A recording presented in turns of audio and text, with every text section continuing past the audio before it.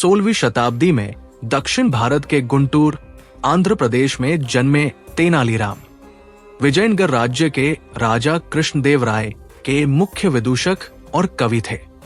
तेनालीराम अपने बुद्धिमानी और हाजिर जवाब के लिए प्रसिद्ध थे। इसीलिए राजा कृष्णदेव राय तेनालीराम से अक्सर सलाह लिया करते थे।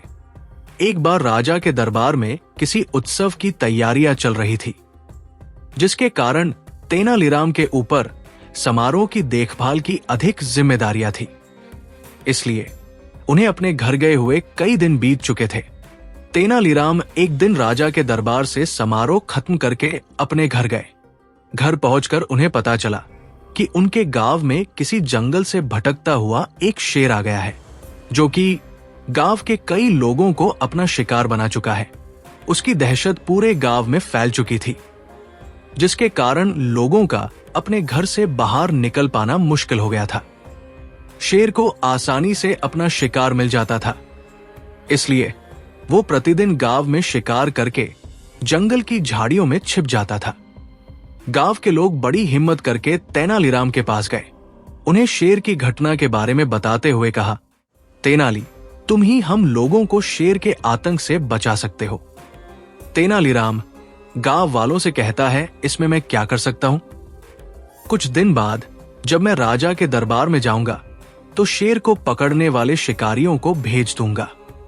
तेनालीराम की बातों को सुनकर एक बुजुर्ग व्यक्ति ने अपने ऊंचे स्वर में कहा, गांव वालों, तेनालीराम का दिमाग सिर्फ राजा के महल के अंदर चलता है, इसीलिए तेनालीराम जब राजा के दरबार में जाएंगे तो वो हम लोगों के बचने का उपाय बताएंगे। तब तक आप लोग शेर का शिकार होने का इंतजार करो। तेनालीराम को उस बुजुर्ग व्यक्ति का व्यंग कटाक्ष अच्छा नहीं लगा। कुछ देर शांत रहने के बाद तेनालीराम गांव के लोगों को अपने साथ मजबूत जाल, डंडा, फावड़ा और रस्सी लेकर चलने के लिए कहता है।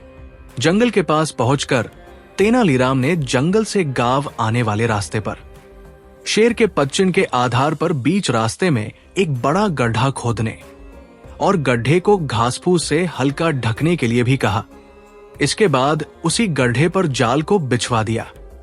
गड्ढे से थोड़ी दूर आगे एक बकरी को भी बंधवा देता है।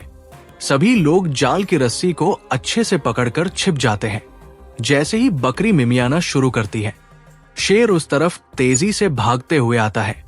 बकरी अपनी तरफ शेर को आते देख सहम गई और में करने लगी। जैसे ही शेर का पैर गड्ढे में पड़ा, गांव के लोगों ने तेजी से रस्सी खींच ली, जिससे शेर गड्ढे में जाल के अंदर फंस गया। गांव के लोग शेर को जाल में फंसा देख खुशी से झूम उठे। अगले दिन तेनालीराम ने राजा के दरबार में पहुंचकर अपने गांव की घटना को सुनाया। राजा ने तेनालीराम की बुद्धिमानी और बहादुरी के लिए बहुत सराहा। राजा के आदेश पर शिकारी शेर को पकड़कर दूर जंगल में छुड़वा देते हैं। इस तरह से तेनालीराम को एक बार फिर अपने गांव में बुद्धिमत्ता के लिए जाने जाना लगा।